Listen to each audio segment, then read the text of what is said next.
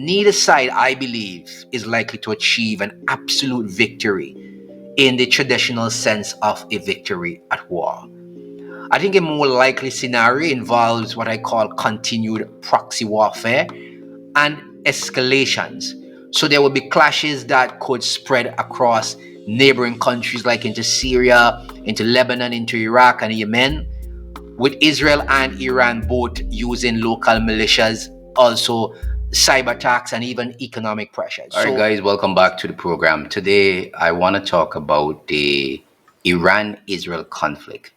This has been stretching decades, and it is not a simple tug of war over territory or religion. It's a battleground for influence, power, and survival. But the end game is the question, and that's where things get a bit murky. The stakes would not be just local, whether in Iran or Israel, it's regional and global. On the surface, the endgame seems like a clear clash between two nations, Israel, Iran, each fighting what I call for dominance in the Middle East. But the deeper you look, I think the more you realize that the true players are far more expansive. And Israel's goal, one of them would be regional dominance.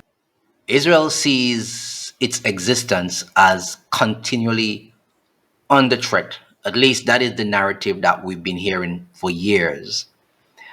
Not just from Iran, but from many other countries in the Gulf region. And so Iran's influence over groups like Hezbollah,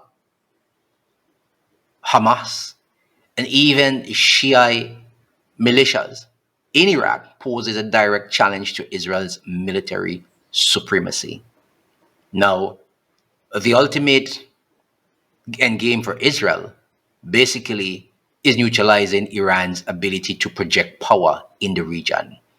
Of course, that could involve two things: destruction of Iran's nuclear capabilities and regime change. What am I talking about? Israel has repeatedly signaled that it will take military action, which it is taken now, to prevent Iran from acquiring or pursuing nuclear weapons.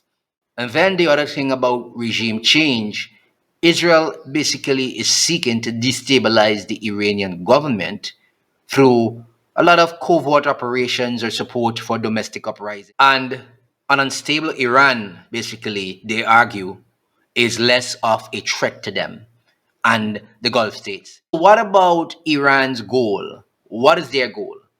First of all, when I read up what was happening with Iran, I could actually see that there is a strategic survival and power projection. So Iran, for its part, is aiming to solidify its power in the region, expand its influence over the so-called Shia crescent, that's from Iran through Iraq, Syria, Lebanon. They basically want to break free from the stronghold of US sanctions. And their ultimate goal isn't just military survival, it's to establish itself as a regional superpower with global sway. So Iran's goals might include nuclear deterrence, regional hegemony, and breaking the US sanctions. So, one, whether openly or covertly, it is claimed that Iran aims to build a nuclear arsenal as a deterrent, ensuring that it is not targeted for regime change by either Israel or the US. We've heard contradictory reports as to whether or not Iran has nuclear weapons. Regional hegemony. Iran, actually, by controlling these proxy groups across Iran, they're aiming to create what they call a Shiite empire, stretching from Lebanon to Yemen. Now, the longer it goes, basically unchecked, according to the West, the more influential Iran could gain and placing Israel and US interests in the Gulf region on edge. So Iran is also looking at regional hegemony. And Thirdly, of course, they're looking to break the US sanctions. Ultimately, Iran is seeking to return to a global economic and political position where it can trade freely, especially with Europe and Asia, without the fear of crushing US sanctions. Now, in this whole issue of Iran and Israel, what you're going to see is proxy wars and escalation. Neither side, I believe, is likely to achieve an absolute victory in the traditional sense of a victory at war. I think a more likely scenario involves what I call continued proxy warfare and escalations.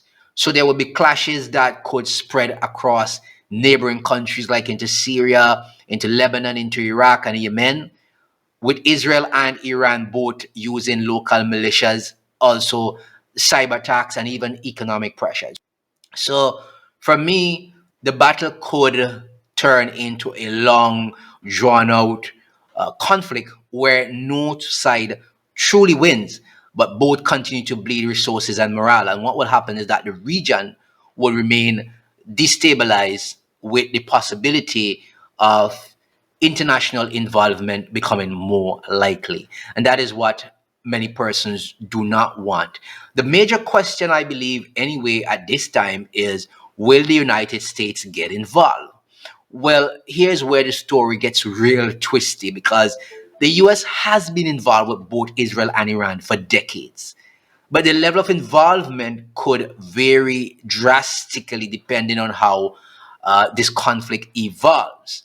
Will the US get involved directly? Well, the scenario is most people are thinking and imagining that the US entering the war hinges on several triggers. But is the US already directly involved in the war?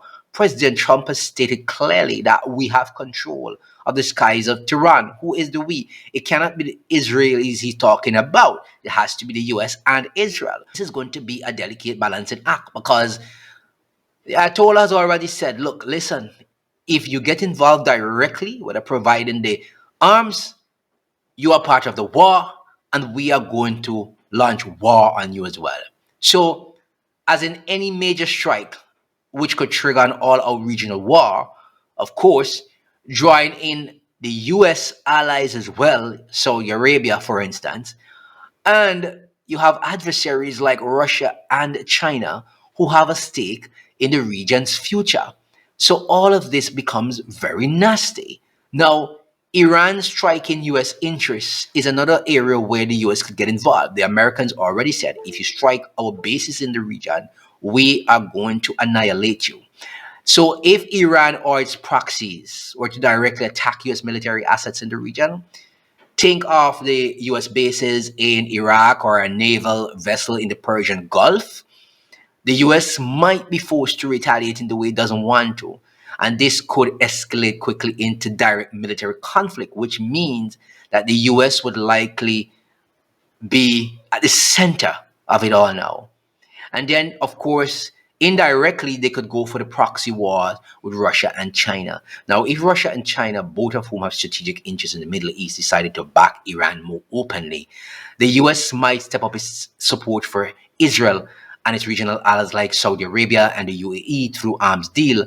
I say training and logistic support, but in the background, the US could try to undermine Iran's proxies and its influences over groups like Hezbollah. So there are a lot of things that they could do indirectly.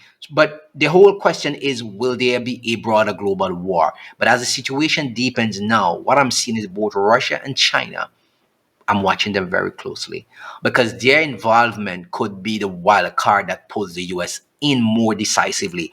Russia, in particular, has strategic ties to Iran and has worked with them in Syria. Now, if the US were to engage Iran directly, Russia might feel obligated to intervene either diplomatically or militarily. Meanwhile, China has growing economic ties with Iran, especially in oil and trade. So, should the US push too hard on sanctions or military action with Iran, it means China could step in either to support Iran directly or by increasing its military and economic influence in the region. There is another theory that I have in my head about the Iran Israel conflict, and it's the possibility that it will become a permanent state of low intensity warfare, one that sees occasional flare ups, economic blockades, covert operations, and proxy skirmishes, but no definite victory for either side. I think the US could remain involved, but not necessarily directly, with military involvement or engagement. Instead, I believe it could continue to play the role of a shadow power broker, maintaining a delicate balance that prevents either side from truly defeating the other. So you can think of it as a Cold War in the Middle East, where both sides are locked in an ideological struggle, but there will be no clear resolution that ever comes.